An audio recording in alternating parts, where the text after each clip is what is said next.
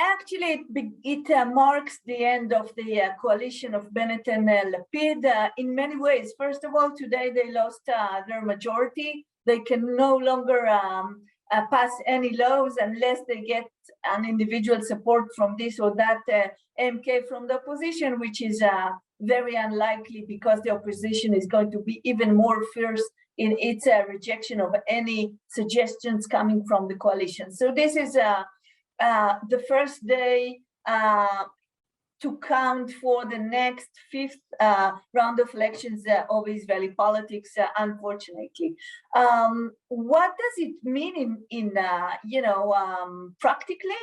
Not much, because this coalition still have time to go before it can officially be taken out of power. So if nothing else happens, just the defection of MK Silman, then the coalition can run until the end of the year, because this is when it's going to need to pass the next national budget, and for that they need a majority. So it may be good couple of months, 6 months, even longer before they actually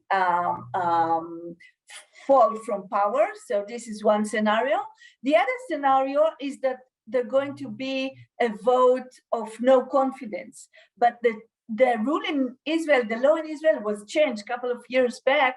So you have to have a confidence vote for another prime minister if you want to have a vote of no confidence of this government. So if the opposition would muster a majority against this coalition, I remind you now they have 60 members of Knesset against 60 members of Knesset of the coalition. So it's a tie, but it might be the case that they will be able to take this government off, but still there will be no vote of confidence for another government that will be created from this Knesset without the need for a new election.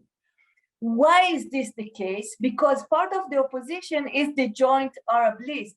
The joint Arab list, there is no way that they are going to give a vote of confidence to Netanyahu or to anyone else from the right wing that will get their vote of confidence. So the joint list, the Arab joint list, would vote no confidence in Bennett and Lapid's government, but may well not, they will not support any other right-wing government, be it Netanyahu or someone else. So that means that the dream of many of the right-wing camp of today, saying, look, we have a majority, because if you think, if you count only the right-wingers in the Knesset today, and you count the Likud, and you count the ultra-Orthodox, and you count religious Zionism, and you count Yamina Party, and you count New Hope, and maybe even Israel Beitenu, all of them have a majority of 70 members of Knesset.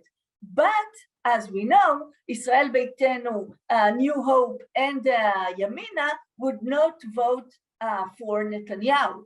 So one option is to have somebody else coming from the Likud or the right wing and saying, I'm going to be the temporal prime minister, vote for me, and we can have a right-wing government without the need to go into another elections.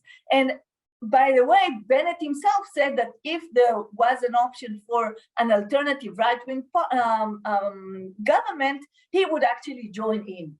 The problem is Netanyahu, because Netanyahu, there is no chance that Netanyahu is going to step aside and let somebody else from the Likud lead this kind of right-wing coalition.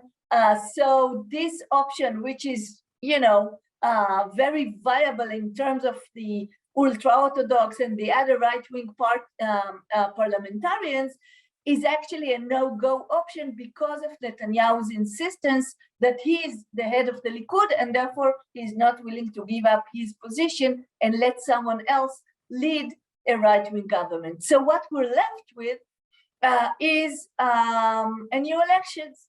And these elections can either take place in 3 months' time. So that means a vote of no confidence immediately in the coming days. For that, they need to have more people from Yamina party or from the coalition defecting and moving on to Netanyahu's bloc, because the score today is 60-60. So if they want to have an immediate vote of no confidence and to go for new elections, they need somebody else. By the way, today there were secret negotiations between the 3 other members of Yamina, Ayelet Shaked, Nir Orbach, and Abir Kara, and they decided that they are going to coordinate. They decided they do not leave Yamina and the coalition right now, but they will play it by ear as it go, as the political scene unfolds. Why? Because we are in a terror attack wave that might lead them to defection, because they would definitely not vote for Lapid as a prime minister if this coalition survives the next budget, and a year and 3 months from now, Lapid is supposed to have a rotation and to replace Bennett. So this trio, Shaked, Kara, and Urbach, they're now the key players that actually both responsible for leaving the 60-60 tie, and they can move blocks whenever they want. But also, if they decide to vote no confidence in this coalition, then Israel is going to go into elections. So this is the situation within Yamina. The other arena is how this government is going to function. And the answer is that it's going to be very difficult because, as we just said, there is no way of passing rules and laws because the coalition just lost its majority. The government can still function, but no new laws can be passed. And everybody is waiting for the next big step. What is going to happen? Is there a way of harvesting a majority within this existing Knesset? Is Israel going back to its electoral polls into its 5th round of election? What is going to happen? The other actor or player that we haven't yet discussed is Mansour Abbas, because Mansour Abbas originally said that he's willing to join with Netanyahu. He's not bonded only to the left and the center and to Bennett's Lapid government. And we know that today, Netanyahu already reactivated his Facebook in Arabic, beginning to court again the Arabs that he incited against them during the last 3 weeks and the last month. You know, yesterday there was a big demonstration of the right wing, and the title of this demonstration was "Israel is Bleeding." And many people were very uneasy with this title because this is dancing on the blood of the terrorist, the people that got murdered by the terrorist actions. And also Abbas, the head of the Islamist party, was very, very condemned these terrorist attacks. And the interesting thing that he said today was that he is thinking of another way to sustain this government, and that is for some parts of the joint list, like Ahmed Tibi and Saadi, one faction within the joint Arab list that are currently in the opposition, that they should join hands with the coalition and in a way replace Shikli and Silman. So this option is also on the cards. It's unlikely that it's going to materialize because people in Bennett's party and in Gideon Sa'ar's party both said that they would not be willing to continue this coalition with the support of parts of the joint Arab party.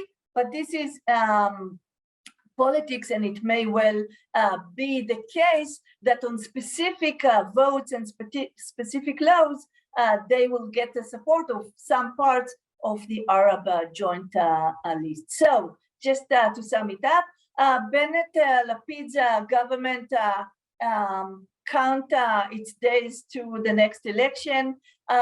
It is very, very unlikely that Lapid is going to have a rotation and become a prime minister after Bennett, as they agreed in the beginning. But in the coalition agreement, there is a very interesting article that says that if the vote of no confidence and Israel is going to election because of people that defect from parties associated with Bennett, then Lapid becomes a prime minister of Israel immediately.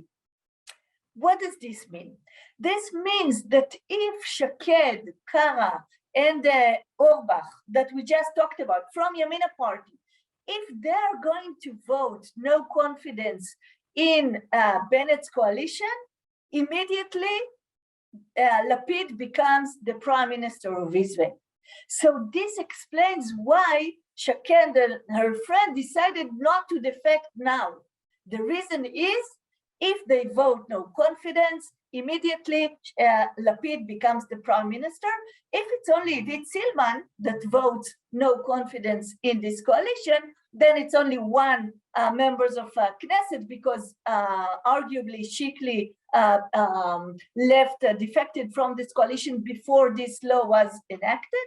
And that means that Lapid is not going to actually be the prime minister of Israel, even for this short period of 3 months.